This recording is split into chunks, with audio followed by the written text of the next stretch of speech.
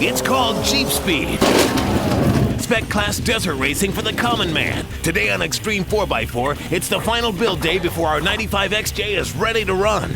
Plus, Steve Staats and Sons prove off-road racing is all in the family.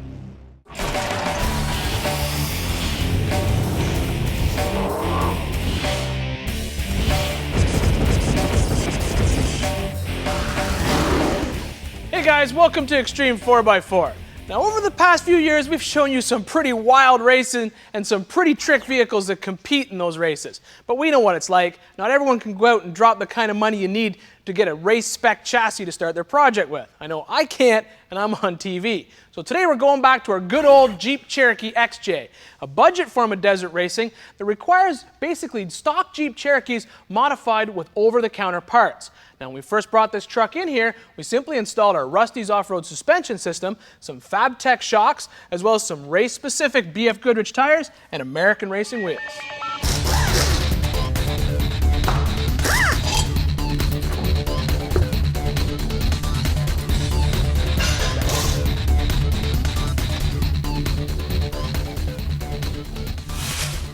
We're going to start today by taking care of the drivetrain in our race truck. And obviously, we're going to be replacing the rear axle with this 9-inch that we got from Curry. Now, we could have simply gusseted that stock housing, put in some new shafts, a gear set, and a locker. But by upgrading to this Ford 9-inch, we're going to have 30 spline axles, 4, 5, 6 gears mounted on a spool. And with just a little bit of maintenance, this axle should last the life of our truck. Grab that side, Tom. Up, heavy.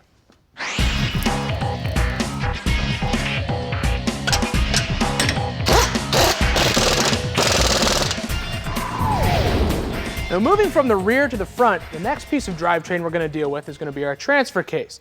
Now years ago, the OEMs changed from a fixed yoke output shaft in the transfer case to a slip yoke built into the front of the drive shaft. Now the downfall to this design is when you lift your truck up in the air and you have that rear axle articulate or droop out, you can actually pull the drive shaft right out of the back of the transfer case, and you don't want that. So to solve that problem, we're going to be installing the short shaft slip yoke eliminator kit that we got from Advanced Adapters. It's basically going to replace the output shaft in our transfer case and convert it over to the fixed yoke style. The first step is to remove the T-case from the Jeep. With it on the bench, remove the front output yoke, followed by the extension housing, the snap ring, and the speedo housing.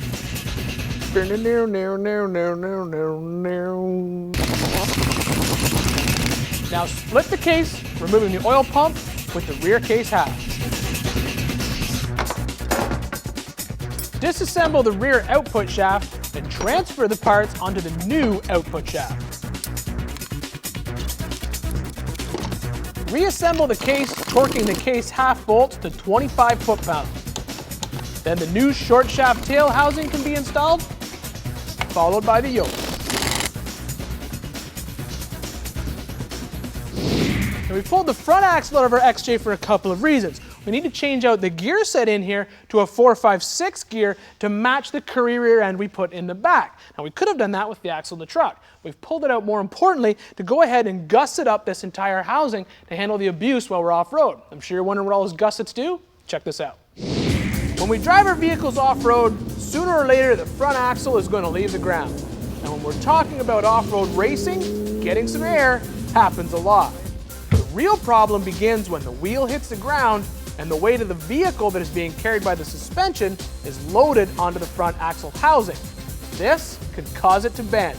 The obvious solution is to add an axle truss to help stiffen up the housing itself and keep it from bending. On most trail trucks, this housing is built onto the top of the axle to not affect ground clearance, and it also makes for a great link mount location. The issue is that with repeated abuse on the housing during an off-road race, a brace itself can begin to crumple or accordion, and the housing can then start to bend. That is why axle bracing on desert racing trucks is found on the bottom side of the housing. It is much more difficult to tear the steel than it is to crumple it, making this brace stronger in the long run. Now our truss will travel from the outer C on the bottom all the way to the axle center section. And not only that, we'll come into these upper parts of the inner C and gusset them as well to keep them from bending too. we are using 2x4 1/8" wall rectangular tubing as the main part of the housing gusset. By tracing the housing outline onto the tubing, we can cut it out with the bandsaw. Then drill some holes, because it wouldn't be a desert racer without flared holes.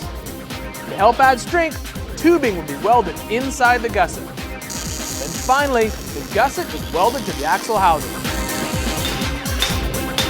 Then we can strip it down,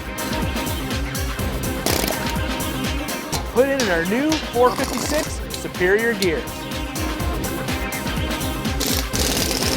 Finally, we'll clean it up, paint it, and install it back into our truck, replacing all the stock hardware with new Grade 8 hardware from Industrial Depot.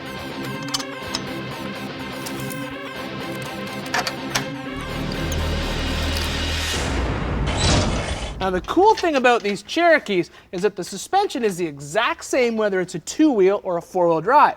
A 2-wheel drive axle just basically is a bare axle tube with the outer C's in place, and the suspension can bolt up to it. So what a lot of guys do is they'll carry that 2-wheel drive axle as a spare. And we haven't found one yet, but when we do, we'll gusset it up and probably take it to the track with us. And then all we have to do is basically finish putting this axle together, and our drivetrain is ready for a race. Up next, level playing field means driver skill is key. Pro truck racing when Xtreme 4x4 continues. Welcome back to Xtreme 4x4. Now, spec class racing is more popular than ever for a couple of reasons. One, it tends to be less expensive than full-on race teams, and two, it puts everybody on a relatively level playing field. Now, for Steve Staats and his sons, their playing field is some of the gnarliest terrain ever.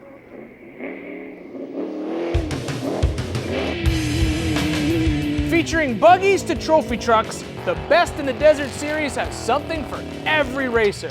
For Steve Staats, he wanted a class that tested his racing chops. The Pro Truck class is a spec class. Everybody has to run the same, and it makes us different from some of the other classes. It's what people refer to as a driver's class. A long-time motorcycle desert racer, the decision to switch to 4 wheels wasn't difficult. The difference being when you crash in the truck, you just fix the truck. You don't have to fix yourself usually. Rolling 100 miles an hour through the roughest terrain, Staats is just loving it. There's definite danger there. I mean, you have nightmares sometimes about the cliffs and big rocks and stuff that you shouldn't hit. That was not as bad, huh? Yeah, still bad. Yeah. That's part of the adrenaline rush too, you know, that's part of the fun. Off-road legend Ivan Stewart created the Pro Truck series with the racer's wallet in mind. You know, a lot of the classes, the guy with the most money can win. Like in a lot of motorsports, the guy can just outspin somebody else. In this class, it comes down to driving. Just because it's spec doesn't make it lame. We have 24 inches of travel in the rear, 21 inches of travel in the front. Pro trucks ride like a Cadillac. They're fun to race because you can race a 400-mile race, and at the end, you're not even that tired because they ride so well. The choice for us is a Ford 351. There's only certain things we can do to it. We're running about 420 to 440 horsepower. We run a 3-speed automatic. You work them real hard. Engine does take a beating. We're running them at 6,000 RPM. They do have a rev limiter in this class. We can't go over 6,000 RPM, and it's second and third all day.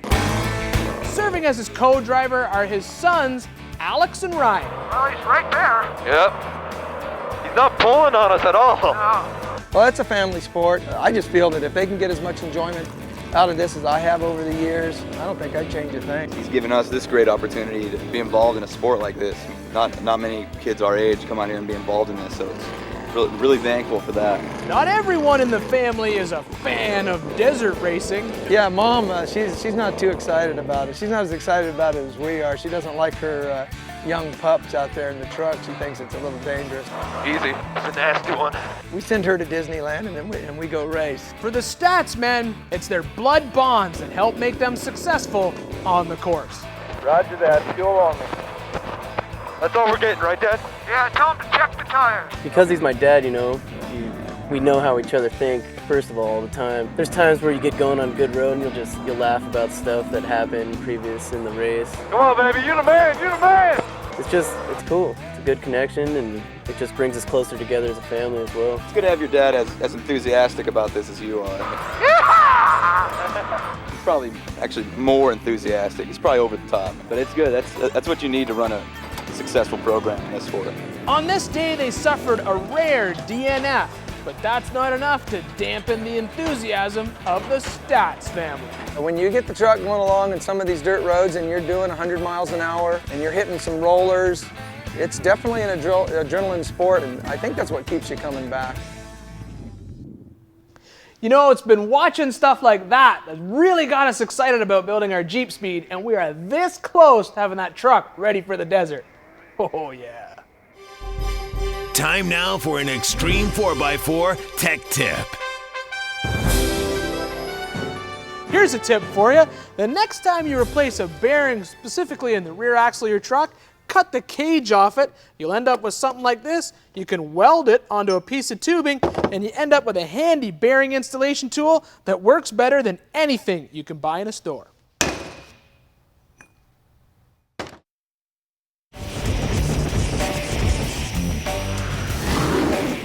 Welcome back to Xtreme 4x4, where we're right in the middle of buttoning up our Jeep Speed 1 class desert racer.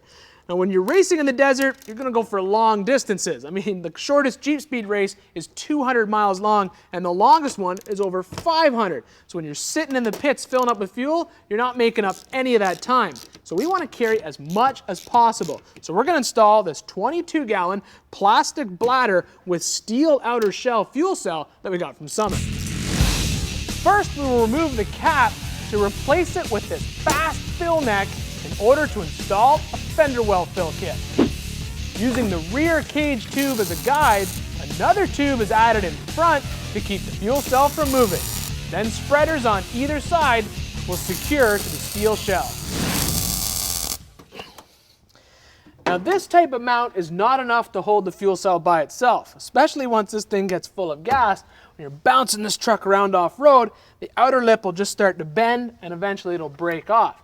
But if we take a second piece of tubing and a couple more tabs and sandwich the fuel cell in between the two, it'll basically hold it securely to the roll cage. So while I go ahead and build this second piece, Tommy's actually going to tear into the front of the truck.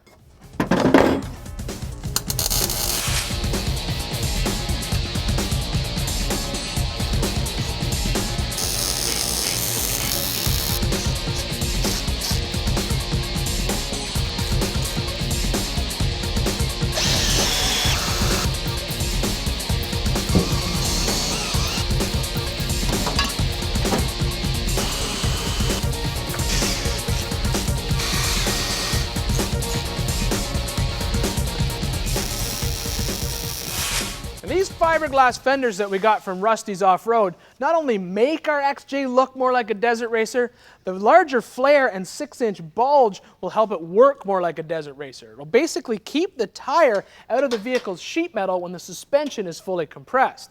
Now we're going to be racing this truck long distances, and that means we're probably going to be racing at night, so we're going to need a good set of lights. We had Light Force send us 2 of these XGT lights for the front bumper. Now these are a great off-road light because they're light, virtually indestructible, and they have a 100-watt, 2,000-hour Xenophot bulb. Now with that bulb, you can comfortably read a newspaper 900 meters away. The lens covers themselves simply pop off, and they come in different colors depending on the driving conditions. We also had them ship us a couple of these smaller lights to mount pointed out the back of our truck. And we're going to mount a mixed flood spot amber cover on the top of those because it's a lot easier to see the amber color in dusty conditions. And when a racer's coming up behind us, it's just for our own safety, they'll be able to see us better. With a piece of 1 3/4 tubing bent and cut to fit the front bumper, we'll weld it on with some short extensions. With the tabs welded on and the lights bolted in place, we'll add the last piece of tubing to protect them when we're off-road. In the rear, our smaller lights will mount to the top of the rear hoop, and the amber cover can be snapped in place. Then all we got to do is wire them up.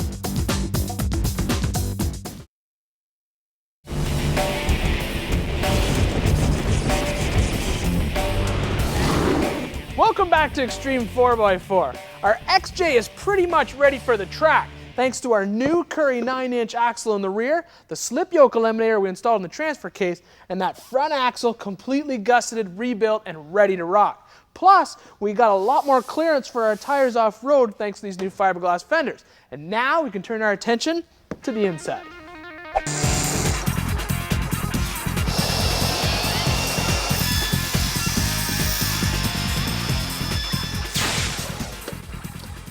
Now we had to add these bars to the pre-bent cage that we got from Essentially Off-Road for this truck in order to mount our suspension seats directly into the cage itself for safety. Now we're going to be putting in 2 PRP full suspension seats into this truck. And you've seen us install this type of seat before, but that was mainly just for comfort on the trail. When it comes to a desert racer, a full suspension seat is almost a must in order to absorb the pounding you get when you're driving off-road for 500 miles. Another must is going to be an SFI certified 5-point competition harness. And how you mount this harness in your truck is actually pretty important. So I'm going to show you a couple options. Now a clip-in harness is pretty popular, and you've seen us install this on a couple of our trail trucks, but it's not the best choice for competition, and depending on your sanctioning body, they might not allow it. Better choice is a bolt-in harness. And it simply runs a bolt through a tab in the seat belt into a tab on the chassis in the truck. Now this is mounted in what's called single shear. And you don't want to mount it this way because when the load is placed on the fastener, it actually is going to be a side load. You're actually twisting this bolt. It can cause it to fail prematurely. So a better setup is what's called double shear. You basically sandwich the belt tab through 2 tabs welded to the chassis and run the bolt through both of them. Then you have a straight shot across that bolt, makes it a lot stronger. This is the ideal way to install this type of belt. Now, A&A Manufacturing sells these pre-bent, pre-drilled seatbelt tabs that make mounting a belt in double shear super easy. The lap belt mount needs to be 2.5 inches forward from the inside of the seat back. The shoulder belt must be anchored either 1 inch above to 4 inches below your shoulder height when you're in the seat. Now the co-driver isn't just along for a ride, they have a job to do. Number 1, they're going to be keeping an eye on our low rants Global Map 480C GPS unit so we know where we are on the race course. They're also going to be in charge of monitoring all the engine's vital signs, watching these Autometer Sport Comp 2 gauges. Now these are just like every other classic Autometer Sport Comp, except they light up using LED technology, so they're super bright, easy to see at night.